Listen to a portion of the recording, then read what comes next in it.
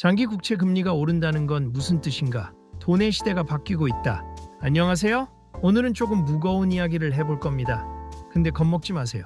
어렵게 들리는 이야기를 쉽게 풀어드리는 게 제 역할이니까요. 장기 국채 금리. 뉴스에서 한 번쯤 들어보셨을 겁니다.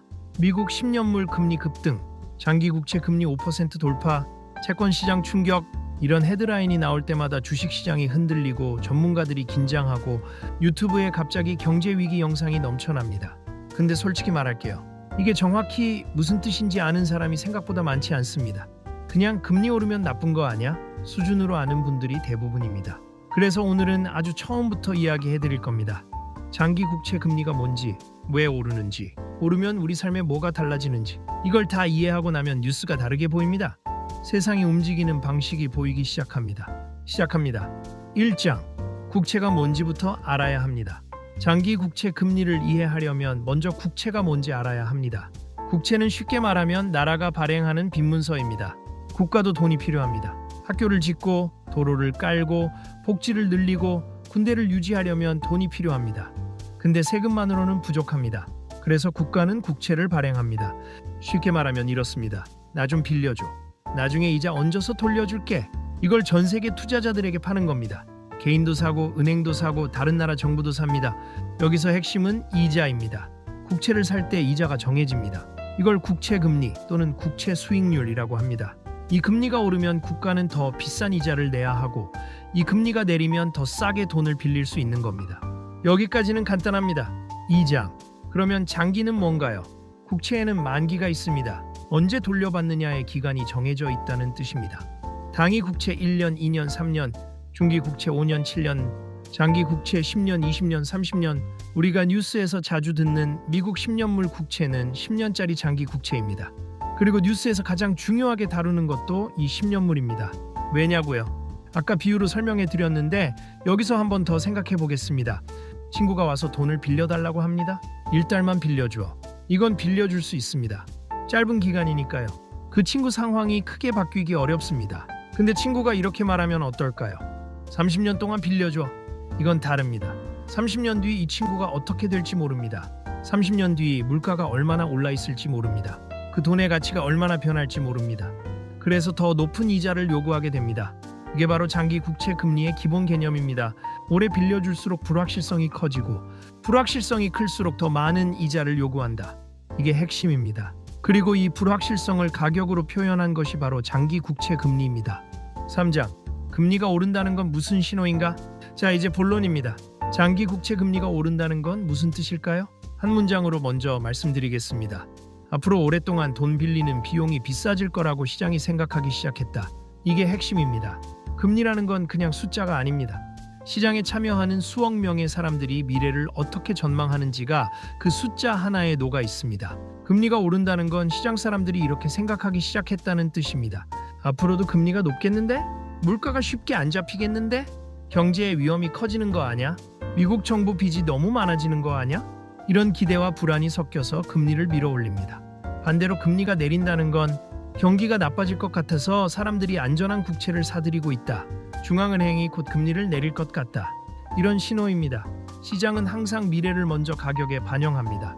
그래서 금리의 방향을 읽을 줄 알면 시장이 어디로 가려는지 힌트를 얻을 수 있습니다. 4장. 채권 가격과 금리는 왜 반대로 움직일까? 여기서 많은 분들이 헷갈리는 포인트가 하나 있습니다. 채권 가격이 내리면 금리가 오른다? 이게 무슨 말인지 처음 들으면 직관적으로 안 느껴집니다. 쉽게 설명해 드리겠습니다. 예를 들어 볼게요. 내가 100만 원짜리 국채를 샀습니다. 이자는 연 3만 원으로 정해져 있습니다. 수익률은 3%입니다. 3만 원, 100만 원. 근데 시간이 지나면서 이 국채가 인기가 없어졌습니다. 아무도 안 사려고 합니다. 결국 가격이 90만 원으로 떨어졌습니다. 근데 이자는 여전히 3만 원입니다. 이건 바뀌지 않습니다. 그러면 새로 90만 원에 산 사람 입장에서 수익률을 계산해 보면 3만 원, 90만 원 약 3.3%. 가격이 내려갔더니 수익률, 즉 금리가 올라간 겁니다. 반대로 국채 인기가 높아져서 가격이 110만 원이 됐다면 3만 원, 110만 원 약 2.7%. 가격이 오르니까 금리가 내려간 겁니다. 이걸 한 줄로 정리하면 채권 가격 금리, 채권 가격 금리 둘은 항상 반대로 움직입니다. 이걸 이해하면 뉴스가 훨씬 쉽게 읽힙니다. 채권 투매가 일어났다. 사람들이 채권을 팔고 있다. 가격이 내려간다. 금리가 오른다. 이런 흐름이 바로 보이기 시작합니다. 5장 장기 금리는 왜 오르는가? 4가지 이유. 장기 국채 금리가 오르는 이유는 크게 4가지입니다. 하나씩 살펴봅니다. 첫 번째 이유, 물가가 안 잡힐 것 같을 때. 인플레이션이라는 단어 들어보셨죠? 물가가 오르는 현상입니다. 물가가 오르면 돈의 가치가 떨어집니다. 오늘 100만 원짜리 국채를 사서 30년 뒤에 받는 100만 원은 지금의 100만 원이 아닙니다. 물가가 올라 있으면 그 돈으로 살 수 있는 게 훨씬 줄어들어 있습니다. 그래서 투자자들은 생각합니다. 앞으로 물가가 계속 오를 것 같다면 나는 그만큼 더 높은 이자를 받아야 한다. 그래서 국채에 더 높은 금리를 요구하게 됩니다. 금리가 올라가는 겁니다. 2021년 이후 전 세계가 겪은 인플레이션이 바로 이 이유로 장기 금리를 밀어 올렸습니다. 두 번째 이유, 미국 정부가 빚을 너무 많이 낼 때 미국 정부는 지금 엄청난 규모로 국채를 발행하고 있습니다. 2024년 기준 미국의 국가 부채는 34조 달러를 넘어섰습니다. 우리 돈으로 따지면 상상하기도 어려운 숫자입니다. 국채를 엄청나게 많이 발행한다는 건 시장에 채권이 넘쳐난다는 뜻입니다. 수요는 그대로인데 공급이 늘어나면 가격은 떨어집니다. 가격이 떨어지면 금리가 올라갑니다. 게다가 시장은 이렇게 생각하기 시작합니다. 미국이 이렇게 빚을 많이 내도 괜찮을까? 나중에 갚을 수 있을까? 이런 불안감이 추가로 금리를 밀어 올립니다. 최근 신용평가사들이 미국의 신용등급을 내린 것도 이런 맥락에서 나온 일입니다. 세 번째 이유, 경제가 생각보다 강할 때, 이건 반대로 좋은 이유에서 금리가 오르는 경우입니다. 경제가 탄탄하게 잘 돌아가고 있다면 연준이 금리를 빨리 내리지 않을 거야. 시장이 이렇게 판단합니다.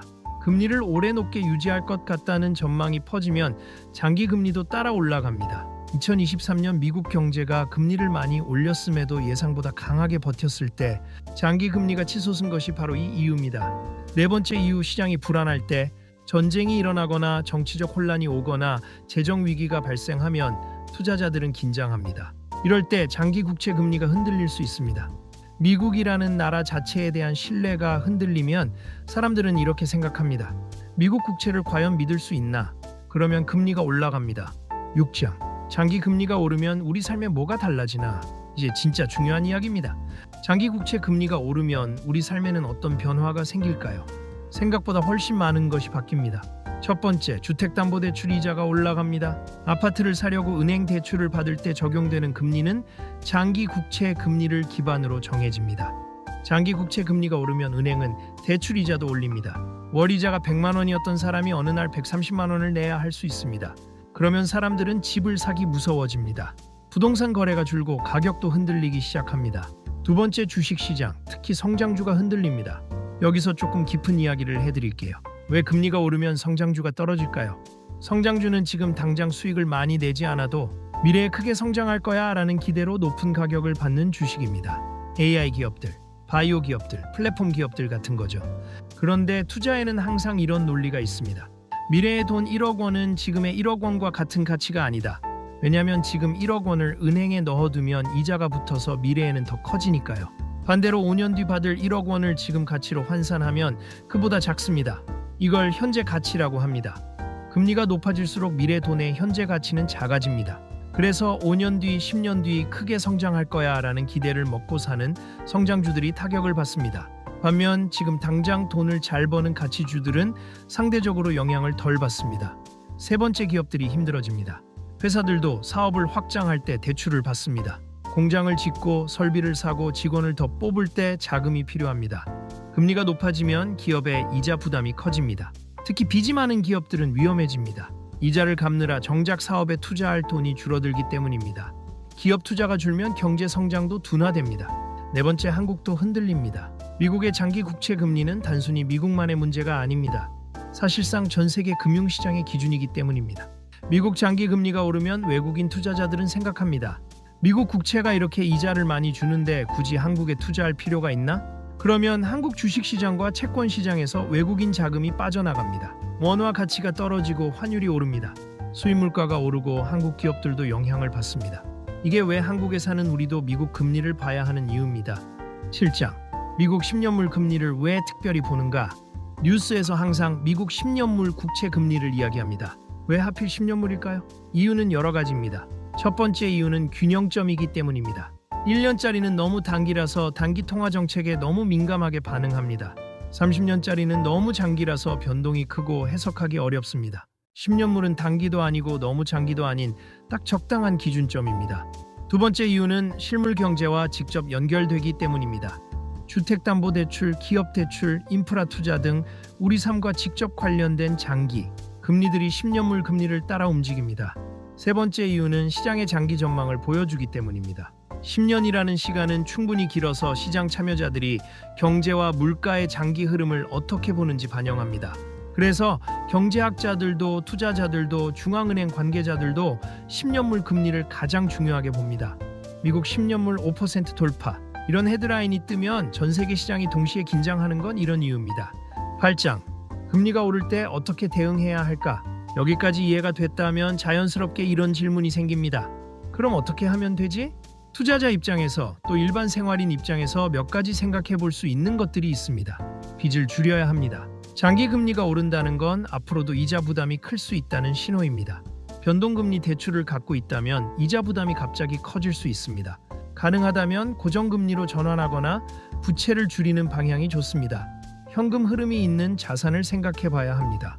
금리가 높을 때는 나중에 커질 것 같은 자산보다 지금 당장 돈을 벌어다 주는 자산이 상대적으로 유리합니다. 배당주, 수익형 부동산, 이자율이 높아진 예금 상품 등이 선택지가 될 수 있습니다. 채권을 직접 활용할 수도 있습니다. 금리가 높을 때 장기 채권을 사두면 어떨까요? 나중에 금리가 내려오면 채권 가격이 올라가면서 시세 차익을 볼 수도 있습니다. 물론 투자에는 항상 리스크가 따릅니다. 장기 금리가 언제 떨어질지 아무도 모릅니다.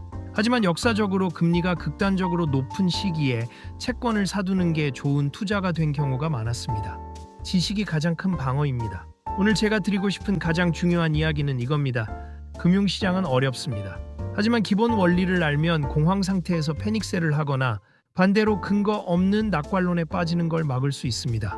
뉴스가 나왔을 때 이게 왜 중요한지를 이해하는 사람과 그냥 두려움으로 반응하는 사람은 장기적으로 다른 결과를 맞이합니다. 9장, 다시 한번 큰 그림으로 정리해 보겠습니다. 장기 국채 금리, 처음에는 어렵게 느껴졌는지 모릅니다.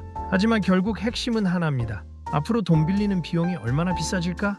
이 질문에 대한 시장의 집단적인 대답이 장기 국채 금리입니다.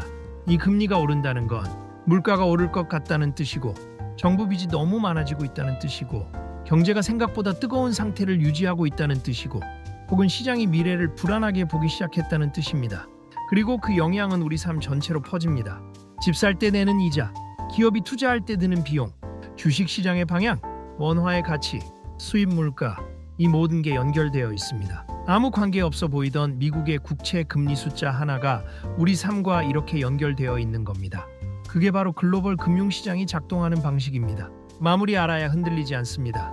경제 뉴스는 무섭게 느껴질 때가 있습니다. 장기 금리 급등, 채권시장 충격, 글로벌 긴축 우려, 이런 말들이 나오면 왠지 모르게 불안해집니다. 근데 이 불안은 대부분 모름에서 옵니다.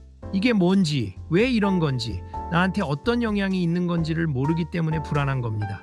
알면 달라집니다. 아, 지금 장기 금리가 오르는 건 이런 이유구나. 그러면 이런 영향이 있겠구나.